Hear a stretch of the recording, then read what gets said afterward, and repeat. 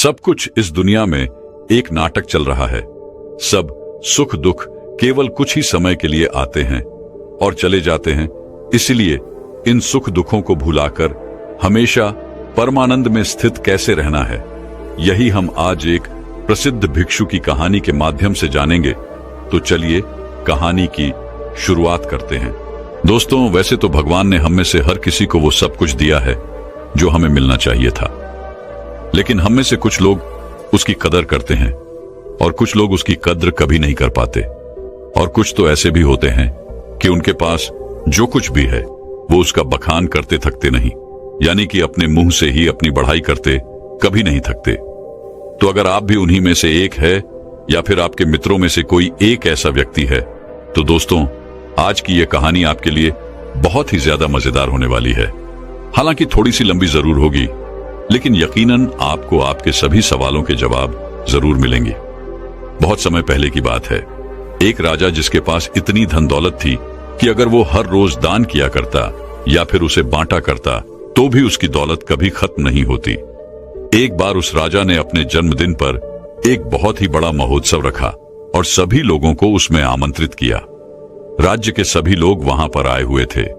जो लोग जो कुछ भी मांग रहे थे वो उन्हें दिया जा रहा था। लोग राजा की जय जयकार रहे थे, राजा की प्रशंसा हो रही थी। राज्य के सभी लोग कह रहे थे कि ऐसा राजा ना तो आज तक हुआ है और ना ही कभी होगा। यह सब सुन राजा भी मन ही मन बहुत खुश हो रहा था। वह फूले नहीं समा रहा था। तभी राजा ने अपने राज्य में आए हुए सभी लोगों से कहना शुरू कर दिया कि मेरे पास इतनी जमीन है कि मैं भी नहीं जानता और उसे कोई भी नाप नहीं सकता। मेरे पास एक ऐसा अभूतपूर्व है जिसमें कोई भी शत्रु कभी नहीं घुस सकता। मेरे पास इतनी धन और दौलत है कि अगर मैं उसे रोज लुटाना भी चाहूं तो वह कभी खत्म नहीं होगी, और मेरे बल के आगे कोई भी शत्रु अपने घुटने टेक देता है। राजा अपने बखान में लगा हुआ था। वह अपनी बढ़ाई कर ही रहा था कि तभी उस भीड़ में से एक फकीर साधु बाहर आया। उस साधु ने राजा से कहा, है राजन, तुम्हारे पास कुछ भी नहीं है, फिर तुम भला इतनी अपनी बढ़ाई क्यों कर रहे हो? मुझे तो लग रहा था कि मैं ही गरीब हूं, लेकिन तुम तो मुझसे भी ज्यादा गरीब निकले। इतने लोगों के सामने जब फकीर ने राजा से यह सब कहा तो राजा को क्रोध आ गया। राजा ने तुरंत ही उस फकीर को कारागार में डाल दिया। अगले दिन उस फकीर साधु को राज्यसभा में बुलाया गया और उस फकीर से राजा ने कहा, अब कहो तुम क्या कहना चाहते हो? इस पर वह फकीर साधु कहते हैं कि मुझे लगता था कि तुम्हारे पास धन दौलत ही नहीं है, लेकिन अब मुझे यह भी यकीन हो गया है कि तुम्हारे पास रत्ती भर दिमाग भी नहीं है। इस पर वह राजा और भी ज्यादा क्रोधित हो गया और उसने उस फकीर से कहा कि तुम हमारा अपमान कर रहे हो। हम चाहें तो तुम्हें अभी के अभी तुम्हें हम मृत्यु दंड दे सकते हैं। इस पर वह फकीर मुस्कुराने लगे और राजन से कहा, है राजन, किसी को कुछ देने के लिए हमारे पास भी कुछ होना चाहिए, लेकिन तुम्हारे पास तो कुछ भी नहीं है, तो फिर तुम भला मुझे क्या दे सकते हो? फकीर की इस बात पर राजा को और भी ज्यादा क्रोध आ गया। राजा ने कहा, अगर मेरे पास कुछ नहीं है तो फिर बताओ तुम्हारे पास क्या है? तुम मुझे क्या दे सकते हो? इस पर वह फकीर मुस्कुराने लगा और कहा, है राजन, मेरे पास जो कुछ भी है वह तुम्हें दिखाई नहीं देगा, और जो तुम्हें दिखाई दे रहा है ऐसा मेरे पास कुछ नहीं है। इस पर वह राजन कहता है कि है फकीर, मैं समझ गया कि तुम्हारी दिक्कत क्या है। तुम्हारे पास कुछ भी नहीं है और तुम चाहते हो कि तुम्हारे पास धन हो, दौलत हो। तुम गरीब हो इसलिए तुम अमीर होना चाहते हो। तो ठीक है, तुम अपने घर चले जाओ और अब इसकी चिंता करना बिल्कुल छोड़ दो। राजा की इस बात को सुनने के बाद वह फकीर एक बार फिर मुस्कुराने लगा और मुस्कुराते मुस्कुराते वह अपने घर की ओर चल पड़ा। वह फकीर एक टूटी फूटी झोपड़ी में रहा करता था। जब तक वह फकीर अपनी उस झोपड़ी में पहुंचा तब तक राजा ने उस झोपड़ी में हीरे जवाहरात से भरे हुए कुछ थैले उस झोपड़ी में रखवा दिए। राजा मन ही मन यह सोच रहा था कि जैसे ही वह फकीर इतना धन देखेगा तो वह खुशी के मारे पागल हो जाएगा, और यह सब मैं अपनी आंखों से देखना चाहता हूं। इसीलिए राजा झोपड़ी के पास में ही छुपकर यह सब देखने लगा। कुछ देर बाद जब वह फकीर अपनी झोपड़ी में आया तो उसने देखा कि हर तरफ हीरे ही हीरे फैले हुए थे। और उसके सोने के लिए भी कहीं पर जगह नहीं थी। इस पर उस फकीर ने उन थैलों को निकालकर अपनी झोपड़ी से बाहर फेंक दिया और अपने सोने के लिए जगह बनाई। उसमें से एक थैला जो बच गया था उसे अपने सर के यहां पर रखा और फिर उसी पर सो गया। राजा ये सब देखकर बड़ा ही आश्चर्यचकित था कि भला ये फकीर कहीं पागल तो नहीं है। इतने सारे धन के थैले रखे हुए थे, उसमें से उसने एक भी नहीं देखा। सारे के सारे थैले उठाकर उसने फेंक दिए, मानो वह धन की थैलियां हो ही ना, किसी ने कचरे की थैलियां वहां पर रख दी हों। ये सब राजा सोच ही रहा था कि तभी राजा के मन में एक और विचार आया। उसने सोचा कि लगता है फकीर कारगार में रहकर थक चुका था, उसे नींद आ रही थी, जिस वजह से उसने यह सारी थैलियां उठाकर बाहर फेंक दी। लेकिन जैसे ही वह उठेगा तो इन थैलों के अंदर जब इतना सारा ध्यान दिखेगा तो वह जरूर खुशी के मारे पागल हो जाएगा और जो कुछ भी थैले उसने बाहर फेंके हैं वह भी उठाकर वह अपनी झोपड़ी में ले जाएगा। अब राजा उस फकीर के उठने का इंतजार करने लगा। देखते ही देखते एक पैर बीत गया। वह फकीर नींद से उठा और उसने देखा कि आसपास जो भी थैलियां बची हुई थी उसे भी उठाकर उसने बाहर फेंक दिया और साथ ही साथ वह यह भी कह रहा था कि यहां पर किसने इतना सारा कूड़ा कचरा डाल दिया है। उस फकीर ने अपने झोपड़ी की साफ सफाई की और फिर बाहर आगे की ओर चल पड़ा। यह सब देख राजा बड़ा ही आश्चर्यचकित था। वह सोच रहा था कि लगता है शायद इसे धन की आवश्यकता नहीं है, इसे कुछ और ही चाहिए जिसके पीछे इस दुनिया के अधिकांश लोग पागल हैं और वो सब कुछ चाहिए। राजा ने उस फकीर के आने से पहले उसकी भी व्यवस्था उस झोपड़ी में करवा दी और फिर फकीर के आने का इंतजार करने लग गया। कुछ समय बाद जब वह फकीर वापस आया, अपनी कुटिया में अंदर की ओर प्रवेश किया तो उसने देखा कि कुछ लड़कियां फकीर का इंतजार कर रही थीं, जो बिल्कुल जवान थीं, जिनके अंदर यौवन कूट कूट कर भरा हुआ था। वे सभी अपनी अदाओं से उस फकीर को लुभाने की कोशिश करने लगी। तभी फकीर ने उन सब की तरफ ध्यान से देखा और कहा, बेटियों, तुम सब यहाँ पर आए हो तो खाना खाकर जाना, मैं सभी के लिए खाना बनाता हूँ। उन फकीर ने सभी के लिए भोजन बनाया और सभी को भोजन भी खिलाया। वहां पर उपस्थित जितनी भी लड़कियां थीं, अब उनके पास कहने के लिए कुछ नहीं रहा था। तभी उन फकीर ने कहा कि हमारा मन साफ होना चाहिए, तन से कुछ नहीं होता, और हमारा मन तब साफ होगा जब हमारा मन स्थिर होगा। मन की चंचलता हमें लूट लेती है, हम भटकते हैं और सिर्फ भटकते ही रह जाते हैं। लेकिन अगर मन शांत होगा, स्थिर होगा, तो हम उन ऊंचाइयों को पा सकते हैं जिसकी आपने कभी कल्पना भी नहीं की है। सभी लड़कियों ने एक एक करके उन फकीर का आशीर्वाद लिया और वहां से चल पड़ी, मानो वो सभी लड़कियां अपने पिता से मिलकर घर वापस जा रही हों।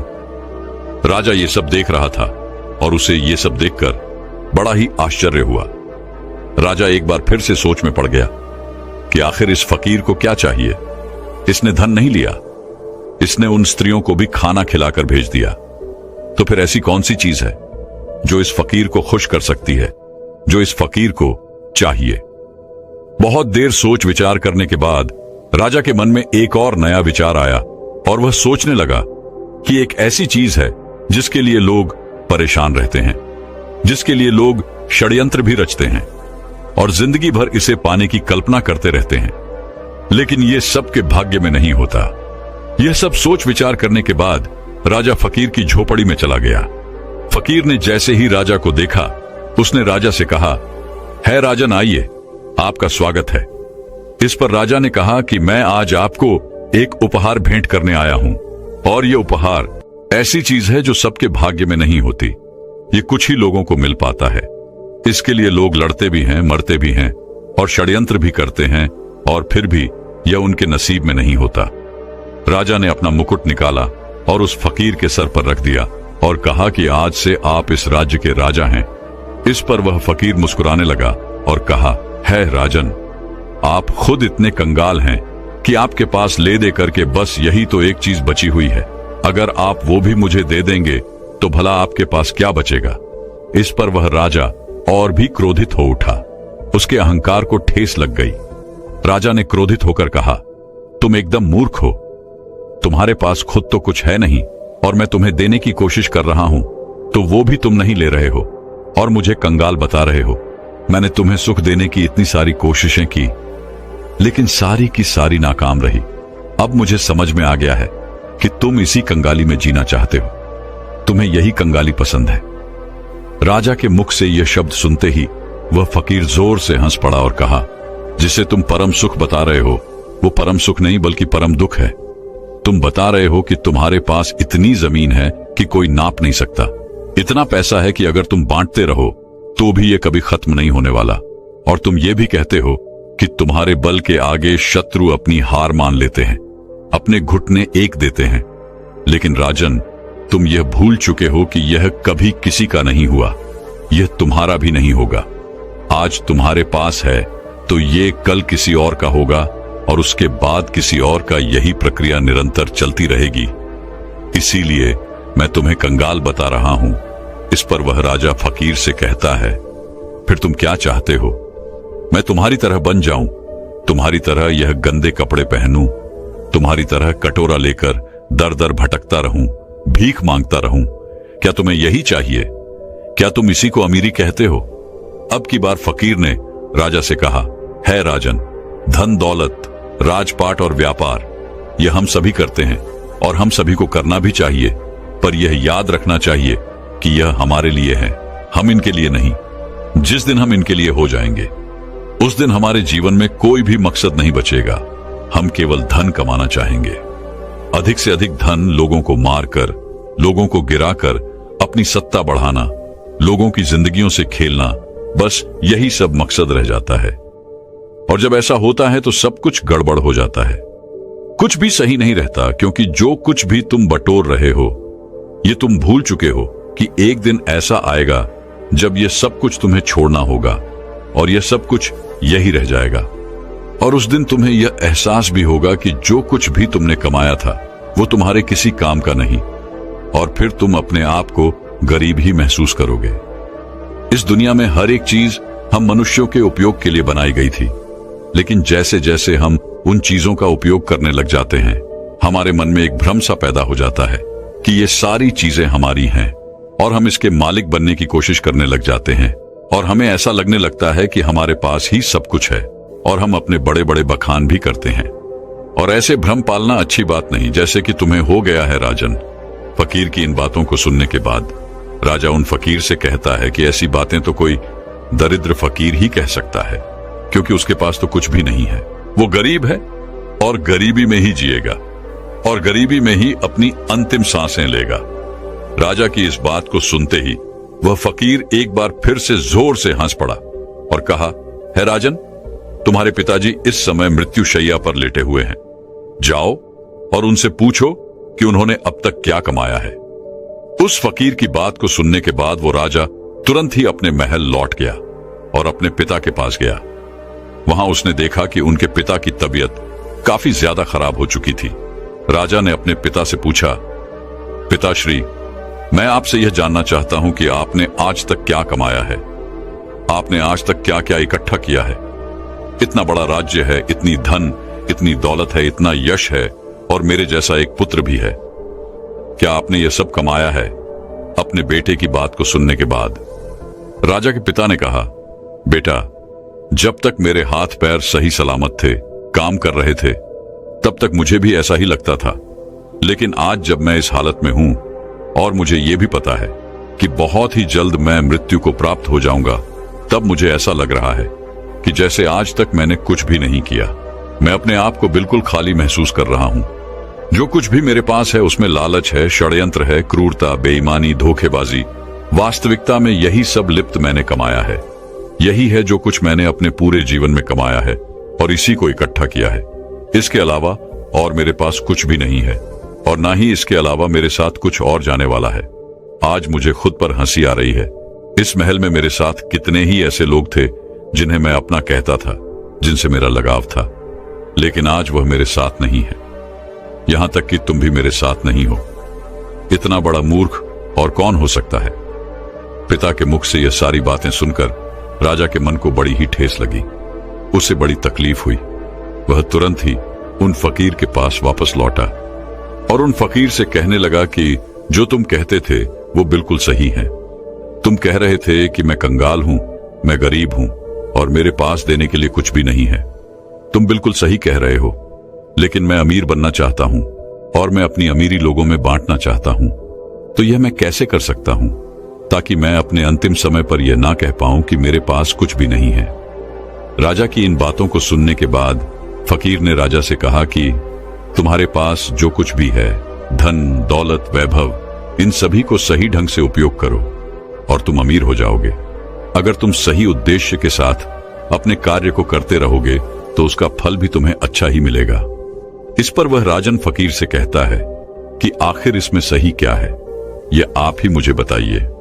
राजा की इस सवाल का जवाब देते हुए फकीर कहते हैं कि धन कमाओ और धन के मालिक बनो, लेकिन याद रखना कि कभी भी धन को अपना मालिक मत बनने देना।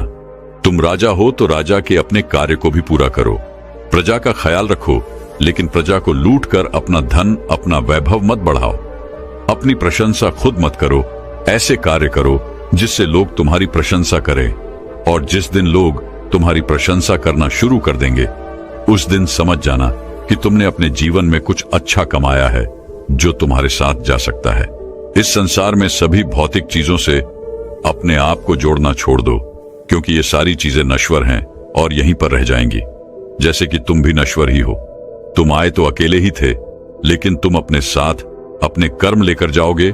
ये अच्छे हो सकते हैं या फिर बुरे, इससे तुम्हारा पीछा नहीं छूटने वाला। राजा को सारी बातें समझ में आ चुकी थी। राजा ने फकीर को धन्यवाद कहा, उन्हें प्रणाम किया और वापस अपने महल की ओर चल पड़ा। जैसा उसे फकीर ने कहा था, राजा बिल्कुल वैसे ही करने लगा। न तो उसने उसके बाद से कभी धन बांटा था, न ही बेवजह किसी को दंड दिया, और न ही बेवजह उसने अपने पड़ोसी देशों पर चढ़ाई करके उन्हें जीतने की कोशिश की। लेकिन उसने इस सीख के बाद अपने राज्य के लोगों को इतना मजबूत बना दिया कि उन्हें किसी से भी धन मांगने की कभी कोई जरूरत ना पड़े। कोई इतना गरीब ना हो कि उसके लिए 2 वक्त की रोटी ना मिल पाए, पहनने के लिए अच्छे अच्छे कपड़े हों, अच्छा घर हो, छत हो। इन सभी चीजों पर राजा ने बखूबी काम किया। 2 राज्य के युद्ध के बीच में सिपाहियों की बेवजह जान जाया करती थी, इसलिए राजा ने युद्ध करना भी बंद कर दिया। केवल अपने लोगों की रक्षा करने के लिए वह युद्ध में उतरा करता था। एक भयंकर युद्ध के दौरान वह राजा अपने एक सिपाही की जान बचाते हुए घायल हो गया था। राजा वह युद्ध तो जीत गया, लेकिन उसकी जान पर बनाई। राजा अपनी आखिरी सांसें ले रहा था। उस समय राजा के चेहरे पर मुस्कान थी। वह जोर से हंसा और कहने लगा, है फकीर, तेरा धन्यवाद कि मेरे लिए लोग इतना आंसू बहा रहे हैं, मेरी प्रशंसा कर रहे हैं और मेरी फिक्र भी कर रहे हैं। मैंने इतना कुछ कमा लिया है कि लगता है मैंने कुछ नहीं कमाया। मैं खाली हाथ आया था और खाली हाथ ही जा रहा हूं। ना मेरे पास कुछ अच्छा है और ना ही कुछ बुरा। तभी अचानक वह फकीर राजा के पास आया और राजा से कहने लगा, अरे इतनी क्या जल्दी है, अभी तो तुम्हें और शासन करना है। उस फकीर ने अपनी पोटली से एक औषधि निकाली और राजा को पीला दी। देखते ही देखते वह राजा बहुत ही जल्दी फिर से स्वस्थ हो गया, और जैसे ही वह पूरी तरह से स्वस्थ हुआ, वह वापस उस फकीर से मिलने उसी झोपड़ी में चला गया। लेकिन जब वो वहां गया तो बिल्कुल भी हैरान रह गया, क्योंकि वहां पर कोई फकीर नहीं था। वह फकीर कहां गया ये किसी को नहीं पता। दोस्तों, कुछ इसी प्रकार हम अपना जीवन सिर्फ धन कमाने में लगा देते हैं। जीवन भर हम उस धन को कमाते हैं जो धन हमारे किसी काम का नहीं। हम ऐसी ही चीजें इकट्ठा करते रहते हैं और आखिर में अंतिम समय आने पर हमें यह एहसास होता है कि हमने सब कुछ कमाकर भी कुछ नहीं कमाया और हमारे साथ सिर्फ हमारे कर्म ही रह जाते हैं। तो दोस्तों, चलिए अब अपनी नींद को पूरी तरह से योग निद्रा के माध्यम से ध्यान में कैसे परिवर्तित करना है और ब्रह्मचर्य में सुबह जल्दी उठने की आदत कैसे लगानी है, इस विषय पर अगली कहानी की शुरुआत करते हैं। दोस्तों, कहते हैं जिन लोगों की नींद मृत्यु के समान शांत और स्थिर हो जाए, उन लोगों का हर सुबह एक नया जन्म होता है। इसका अर्थ यह हुआ कि जिस प्रकार ऋतु के समय हमारी सांसें एकदम से थम सी जाती है, उसी प्रकार नींद में अगर हमारी सांसें इतनी धीमी रफ्तार से चलेंगी जिसका किसी को पता ना चले कि हम सांसें ले रहे हैं या नहीं, तो यह समझ जाइएगा कि आप योग निद्रा में हैं। योग निद्रा का अर्थ यह हुआ कि आपकी नींद ही आपके लिए ध्यान बन चुकी है, और यदि एक बार आप योग निद्रा में पहुंच गए तो आपको ब्रह्म मुहूर्त में जागृत होने का प्रयास कभी नहीं करना पड़ेगा, क्योंकि एक साधारण व्यक्ति की नींद 8 घंटों की होती है और वहीं पर जो व्यक्ति योग निद्रा में होता है उसकी नींद केवल 4 से 5 घंटों की ही होती है। इसी कारण यदि आप योग निद्रा में होंगे तो आपका अपना शरीर ब्रह्म मुहूर्त में बिस्तर छोड़ देगा। यदि आप भी अपनी नींद को योग निद्रा की नींद बनाना चाहते हैं, अपने आप को ब्रह्म मुहूर्त में उठाना चाहते हैं, तो इसके लिए आपको एक बात समझनी बहुत जरूरी है, और वह यह है कि अपने शरीर के साथ जबरदस्ती हमें नहीं करनी चाहिए। अगर आप जबरदस्ती करके किसी तरह से तरह तरह के उपकरणों का इस्तेमाल करके यदि आप ब्रह्म मुहूर्त में उठ भी जाते हैं तो आपकी नींद पूरी नहीं होगी। आपका शरीर थका हुआ होगा और आपका ध्यान भी पूरी तरह नहीं लग पाएगा। इसलिए यदि आप किसी तरह से ब्रह्म मुहूर्त में जबरदस्ती उठ भी जाते हैं तो आप ब्रह्म मुहूर्त की उस समय का, उस ऊर्जा का भरपूर उपयोग नहीं कर पाएंगे। और वहीं पर यदि आपकी आंखें खुद ब खुद ब्रह्म मुहूर्त के समय पर खुल जाती हैं तो आप सुबह के ध्यान में गहरे उतर सकते हैं, ब्रह्म मुहूर्त की उस ऊर्जा का भरपूर उपयोग कर सकते हैं।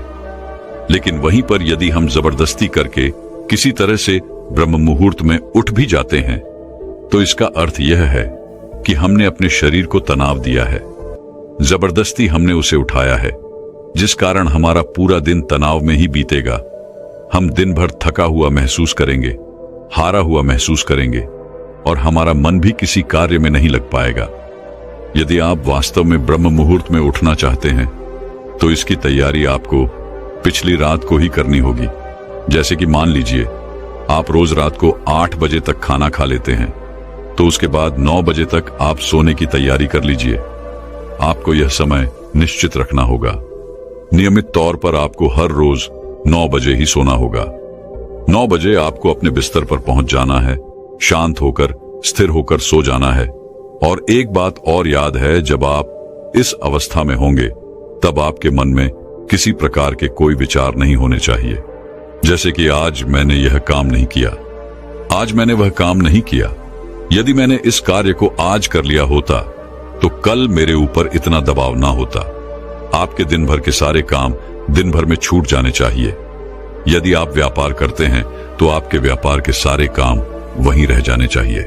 इस स्थिति के दौरान आपके मन में ऐसे कोई विचार नहीं होने चाहिए जिससे आप और आपकी नींद पर प्रभाव पड़े, फिर चाहे वह कार्य आपके लिए कितना भी जरूरी क्यों ना हो, फिर चाहे वह विचार ही आपके लिए कितना भी जरूरी क्यों ना हो, क्योंकि एक अच्छी नींद देना अति आवश्यक होता है, जिससे हमारा शरीर ऊर्जावान बना रहता है, ताकतवर बना रहता है। गहरी नींद के मुकाबले और कोई काम जरूरी नहीं होता, क्योंकि अत्यधिक धनी से धनी लोग भी धन तो बड़ी सरलता से कमा लेते हैं, लेकिन वह उसे अपने लिए रातों की नींद नहीं खरीद सकते। और यदि मान लीजिए आपने 9 बजे का समय तय कर लिया है, क्या आपको ठीक इसी समय पर सोना है, तो इसके लिए आपको करीबन 2 घंटे पहले से ही इसकी तैयारी शुरू कर देनी चाहिए। यदि आप ऐसा सोचते हैं कि मैंने 9 बजे ही भोजन कर लिया और 9 बजे ही मैं बिस्तर पर चला जाता हूं और उसके बाद मुझे गहरी नींद आ जाएगी, तो यह आपका वहम है, क्योंकि यदि आप सच कुछ योग निद्रा का आनंद लेना चाहते हैं, इसे अपने जीवन में उतारना चाहते हैं, तो आपको करीबन 2 घंटे पहले से इसकी तैयारियां शुरू कर देनी चाहिए। इसके लिए आप जितना जल्दी भोजन कर लेंगे उतना अच्छा है। मान लीजिए कि आप 9 बजे सोना चाहते हैं तो आप करीबन 7 बजे भोजन कर लें, जिससे आपको आपके खाने को पचाने के लिए थोड़ा समय मिल पाएगा। लेकिन क्या आपने कभी यह देखा है कि जैसे ही हम खाना खाते हैं उसके कुछ देर बाद ही हमें नींद आने लगती है? ऐसा इसलिए होता है क्योंकि हमारा शरीर उस खाने को पचाने के लिए अपनी पूरी ऊर्जा लगाने के लिए तैयार हो जाता है, और ऐसे समय पर हम थकावट महसूस करते हैं और हमें नींद आने लगती है। और ऐसे समय पर हमारे शरीर को अत्यधिक आराम की आवश्यकता भी होती है, और जब हम सो जाते हैं तो नींद में हमारा शरीर यूं ही काम करता रहता है।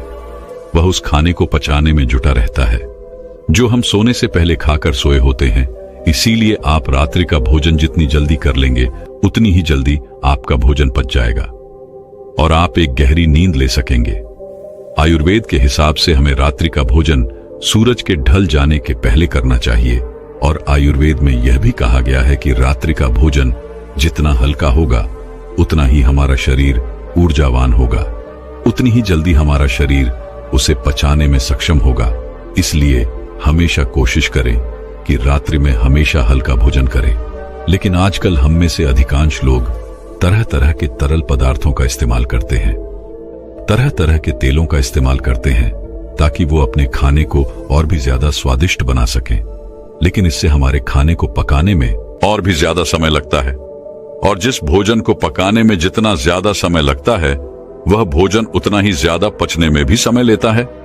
और इसी के विपरीत जिस भोजन को पकाने में कम समय लगता है वह भोजन उतना ही हल्का होता है और हमारे शरीर के लिए उतना ही ऊर्जावान भी होता है।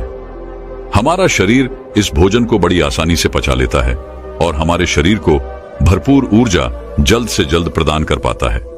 अगर हम कुछ उदाहरण लें तो आपने देखा होगा आटे की रोटी बनाने में हमें थोड़ा समय लगता है, और जब हम इसका सेवन करते हैं तो इसे हमारा शरीर पचाने में भी भरपूर ऊर्जा का इस्तेमाल करता है। वहीं पर यदि चावल की बात की जाए तो इसे पकाने में कम समय लगता है और ये बहुत हल्का भी होता है, और इसे पचाने में हमारे शरीर को मेहनत भी बहुत कम करनी पड़ती है, जिससे हमारे शरीर की ऊर्जा बहुत कम खपत होती है।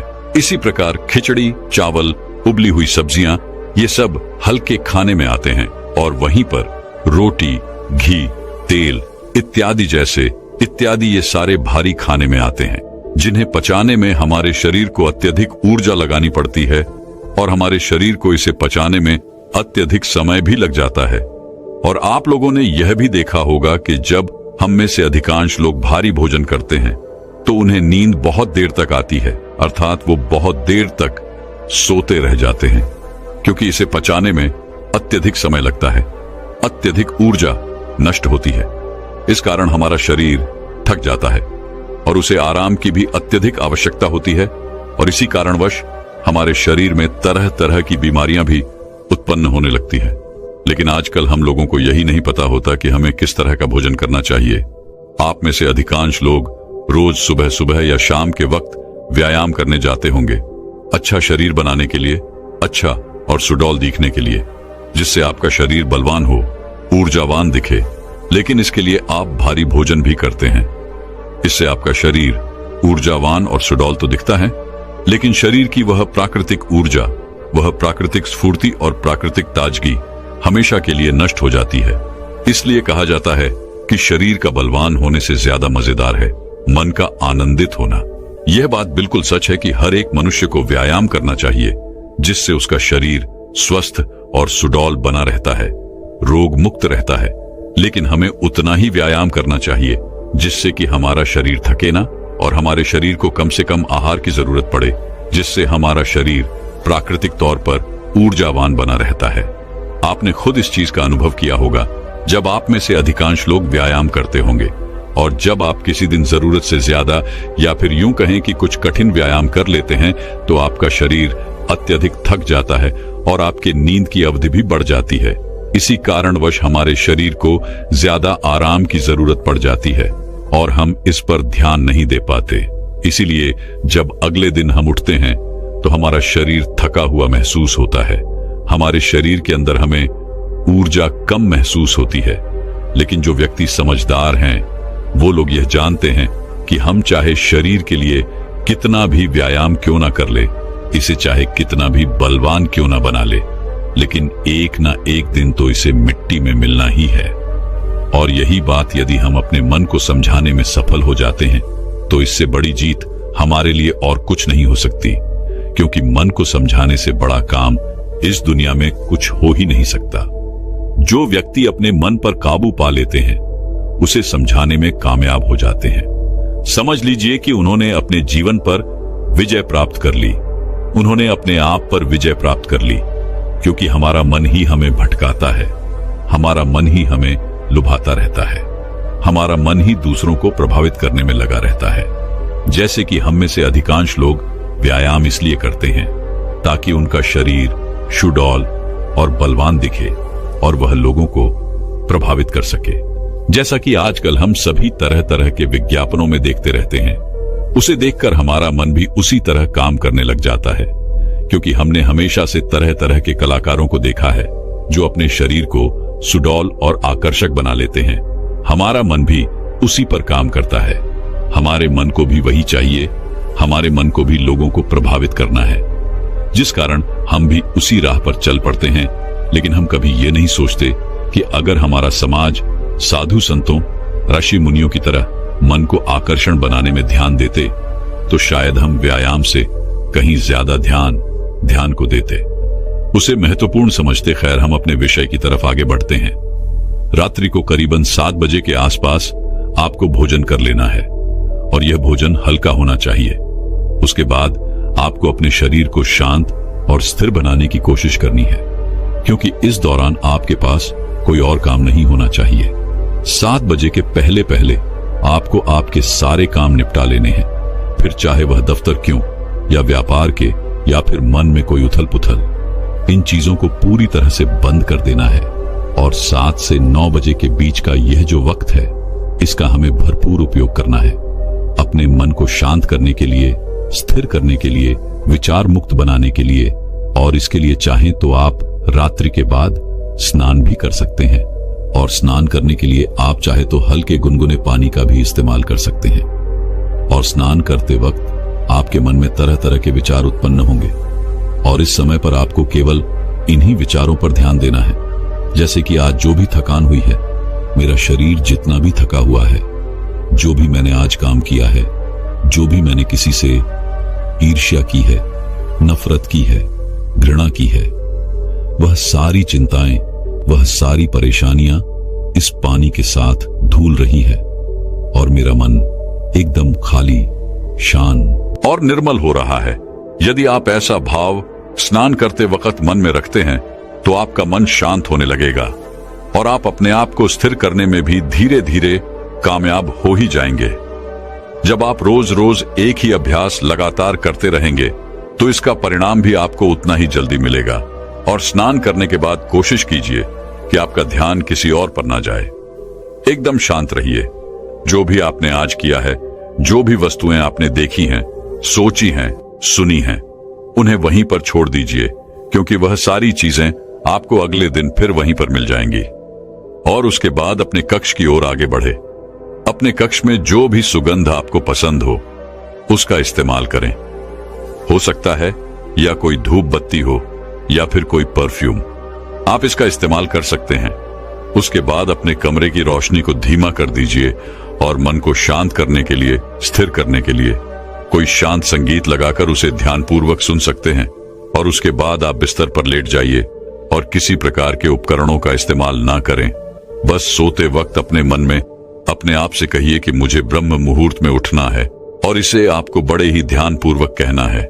आपका पूरा ध्यान केवल इन्हीं शब्दों पर होना चाहिए। यदि आप सुबह 4 बजे उठना चाहते हैं तो आप कह सकते हैं कि मुझे कल सुबह 4 बजे उठना है। हे प्रभु, मेरी इसमें मदद कीजिएगा। मुझे अगली सुबह 4 बजे उठा दीजिएगा, क्योंकि आप ही इस सृष्टि के कर्ता धर्ता है। इसलिए मैं आपके भरोसे एक गहरी नींद लेने जा रहा हूं, और मुझे पूरी उम्मीद है कि आप मुझे कल सुबह 4 बजे अवश्य जगा देंगे। अपने मन में यह भाव बनाए रखें और इसी भाव के साथ आप गहरी नींद में चले जाएं। आपको ऐसा पूरे 21 दिनों तक करना होगा।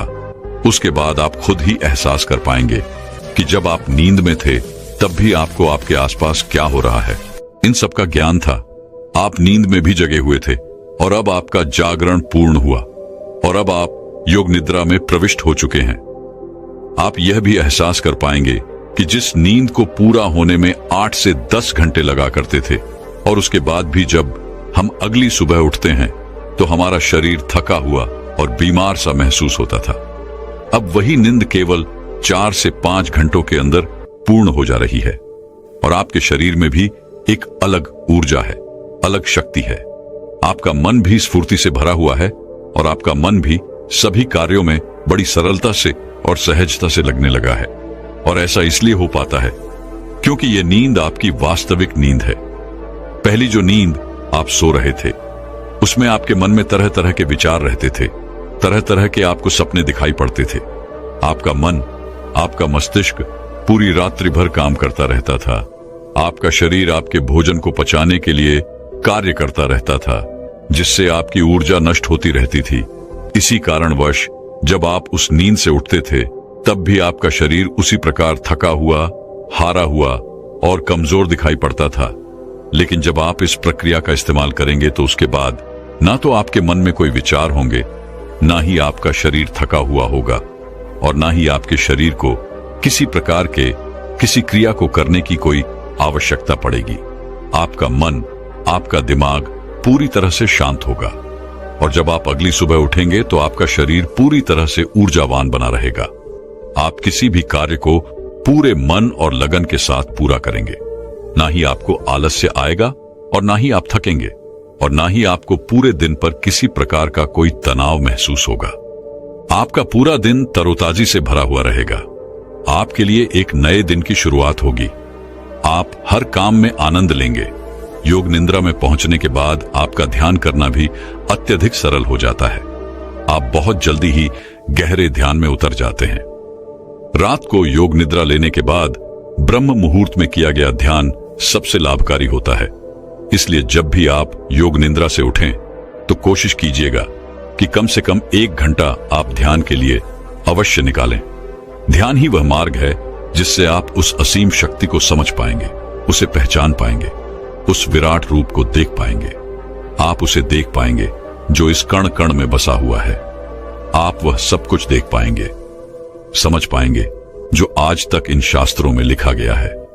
इन शास्त्रों का निचोड़ अब आपको ज्ञात हो जाएगा, जो आज तक यह आर्ष मुनि हमें सिखाते रहे हैं, जिस पर पूरा अध्यात्म टिका हुआ है। हमारे शास्त्र, वेद और ज्ञान ये सब कोई पढ़ने या रटने की चीजें नहीं है। ये तो अनुभव है। इसका हमें अनुभव ही करना चाहिए। यदि आप इसे रटने का प्रयास करते हैं तो आप कुछ नहीं हासिल कर सकते। इसका आपके जीवन पर कुछ असर नहीं होगा। ये ज्ञान केवल आपके मस्तिष्क के ऊपरी भाग और मन के ऊपरी भाग पर ही रहेगा। यह कभी आपके मन को प्रभावित नहीं कर सकेगा, जिस कारण यह हमारे मन में एक तनाव पैदा करेगा, जिससे हमारे जीवन में भी तनाव उत्पन्न होने लगेगा। लेकिन यदि आप इन चीजों का अनुभव करते हैं तो यही ज्ञान, यही वेद, यही शास्त्र आपके लिए आनंद का कार्य करेंगे। आपको हर जगह आनंद की अनुभूति होगी। आप केवल हर जगह वास्तविकता को देख पाएंगे, सत्य को समझ पाएंगे, सत्य को जान पाएंगे और आपका जीवन भी सरल और सूक्ष्म होने लगेगा। दोस्तों, मैं उम्मीद करता हूं कि यह कहानी सुनने से आपके जीवन में अच्छे बदलाव आए होंगे। आपको इस वीडियो से क्या सीखने मिला, ये कमेंट करके जरूर बताएं और अपने परिवार, दोस्तों या आपके करीबी इंसान के साथ ये कहानी शेयर करके उन्हें भी इस ज्ञान से परिचित करवाएं।